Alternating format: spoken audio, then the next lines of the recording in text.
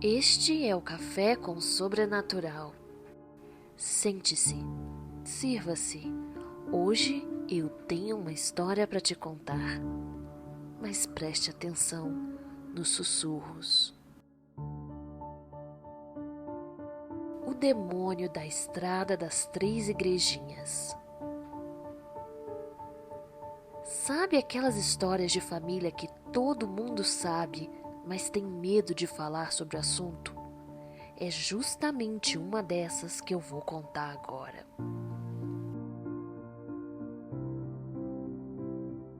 Quem nos conta é a Dani, que diz que o sobrenatural sempre fez parte do dia a dia de sua família. O relato de hoje foi vivido pelo seu falecido avô, o seu João. A partir de agora, a história será contada do ponto de vista dele.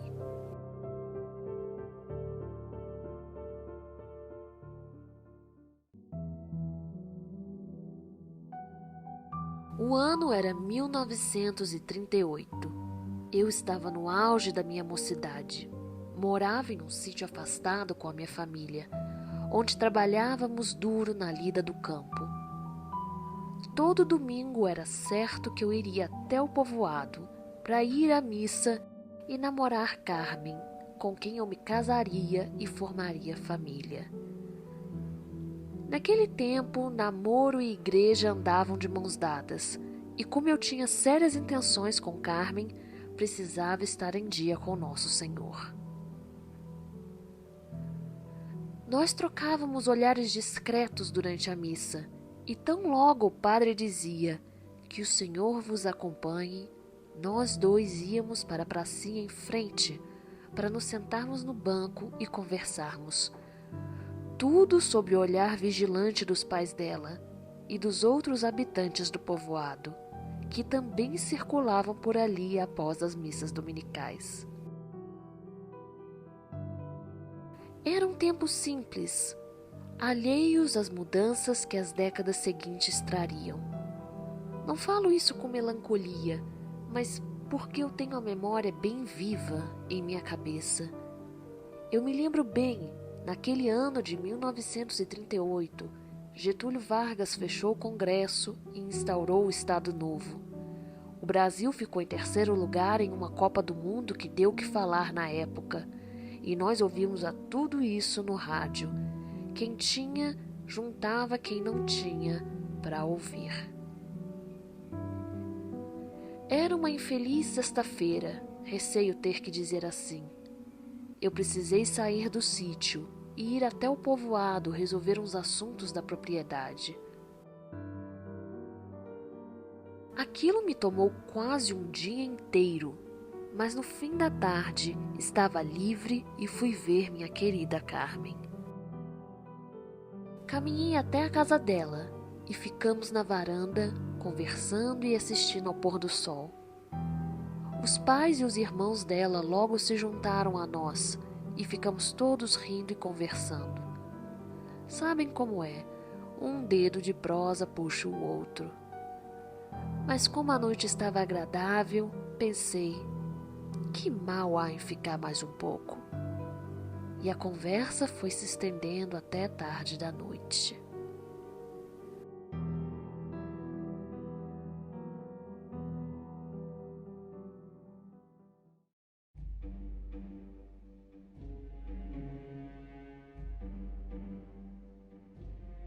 Quando já era lá pelas tantas, as mulheres e as crianças foram se recolher e ficamos só eu e meu futuro sogro na varanda. Ele era um homem muito sagaz e, sabendo do caminho que eu faria de volta para o sítio, me convidou para pernoitar em sua casa. Até aceitei inicialmente, mas apesar do cansaço, senti a responsabilidade de falar mais alto e não consegui ficar. Sabia que minha própria família me aguardava em casa, no sítio, e naquele tempo sequer tínhamos linha de telefone para avisar. Expliquei ao meu sogro o motivo da minha recusa, e ele aparentou preocupação, com a minha decisão de voltar para casa tão tarde da noite. João, essa estrada é onde estão as 3 igrejinhas, disse com clara preocupação. Eu sou um homem correto e temente a Deus, e em todas as minhas horas de aflição, sempre me apeguei a Deus e a Nossa Senhora. Se não posso convencê-lo a ficar, leve com você o meu terço e lembre-se que Ele não desampara quem tem fé. Em seguida, ele me entregou o terço, o qual guardei em meu lenço e segui meu caminho. Naquela noite, descobri que o perigo não está na meia-noite, como muitos pensam, e sim nas 3 horas da manhã, que era a hora que o relógio da casa do meu sogro marcava quando saí de lá. A noite estava linda e apenas a lua cheia e meu cavalo eram minha companhia naquele momento. Eu já me aproximava da primeira igrejinha, uma construção simples que ficava à beira da estrada de terra, quando comecei a sentir um cheiro estranho no ar, um cheiro de coisa podre. Um arrepio me percorreu o corpo todo de imediato. Senti que não estava sozinho. Me senti observado e tive sensações estranhas que não consigo descrever. O suor começou a pingar frio pela minha testa. Quando passamos em frente à primeira igrejinha, o cavalo empacou, não querendo seguir viagem. Tentei de tudo, mas o bicho simplesmente não queria seguir.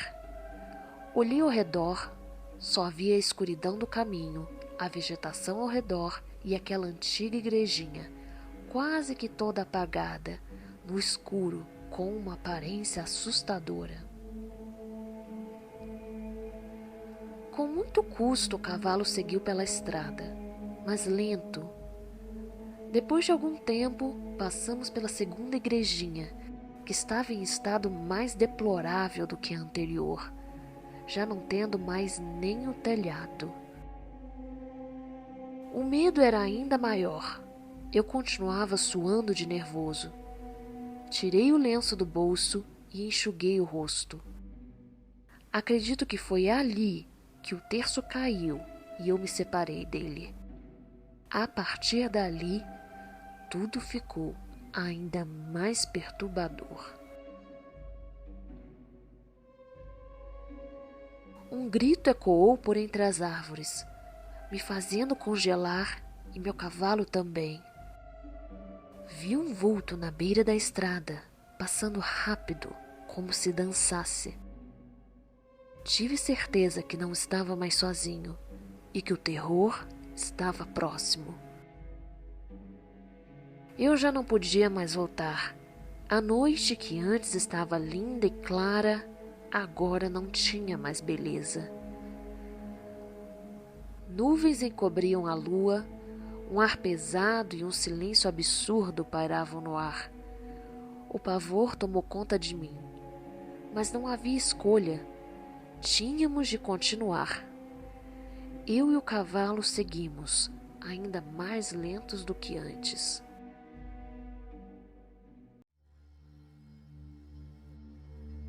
Enfim, chegamos à altura da terceira igrejinha, também toda apagada e com traços de abandono. Neste momento, ouvi uma gargalhada alta e senti que algo montou na garupa do cavalo, logo atrás de mim. Para meu pavor, aquilo tinha um cheiro pútrido, como se tivesse se levantado dos mortos e apoiou-se em meus ombros. Não tive certeza se eram mãos ou patas que estavam apoiadas em mim. Até então, eu estava parado, sem ver o que estava montado logo atrás de mim, e não sabia se queria descobrir. Aquilo começou a rosnar e a bufar, com uma respiração pesada. O cavalo não se movia. A traseira do animal estava baixa e, por mais força que eu fizesse, não conseguia sair do lugar. Decidi me virar para ver o que era. E então vi. Era uma criatura, meio homem, meio animal, com olhos vermelhos como duas bolas de fogo, com braços longos e finos, completamente deformados. Lembrando de meu sogro, gritei: "Valei-me Deus, valei-me a Nossa Senhora!"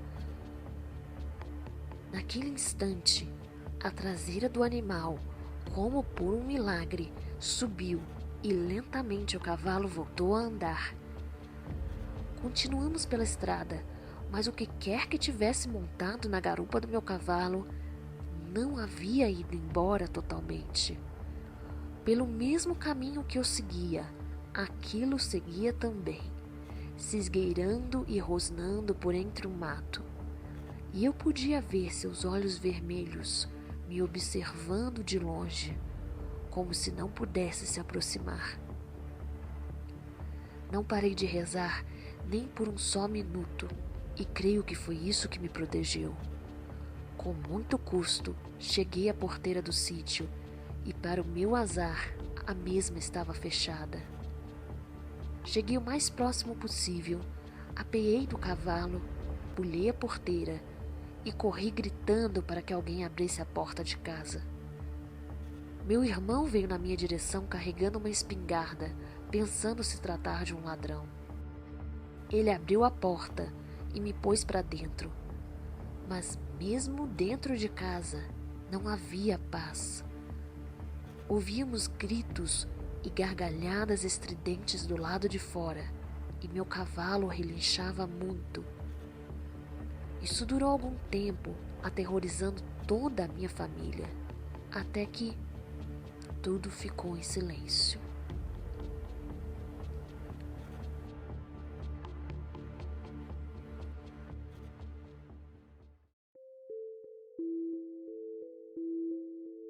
Não dormimos naquela noite. O dia amanheceu, mas ninguém naquela casa teve a coragem de abrir a porta, e por horas ficamos rezando e pedindo proteção a Deus. Mas chegou um momento que não podíamos mais adiar. O sol já estava alto e então fomos ver o que havia acontecido. A cena que vi jamais saiu de minha cabeça. Meu pobre cavalo estava morto, sangue e vísceras por todo lado. A cabeça havia sido arrancada e não estava no local. Mas um fato chamou a atenção. O terço que eu havia perdido estava agora pendurado na porteira, como se delicadamente tivesse sido colocado ali, impedindo a entrada da criatura. Depois de alguns dias, a cabeça do cavalo foi encontrada na estrada, na altura entre a segunda e a terceira igrejinha. Nunca soube o que avistei naquela estrada das 3 igrejinhas. Tampouco procurei saber. Me casei com Carmen e fomos morar em uma casinha no povoado. E sempre que visitava minha família no sítio, ia de dia, pois sempre achei que não iria suportar passar por outra experiência.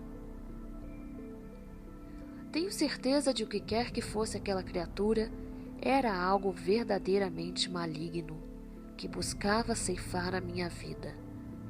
Nunca entendi por que se espreitava na estrada por entre aquelas igrejinhas, pois eram locais de oração que foram construídos com muita fé por pessoas que moravam em sítios próximos e que acabaram caindo em desuso após a construção da igreja grande no povoado. Meu sogro estava ciente de algumas histórias que circulavam a respeito da estrada das 3 igrejinhas e por isso tentou me alertar.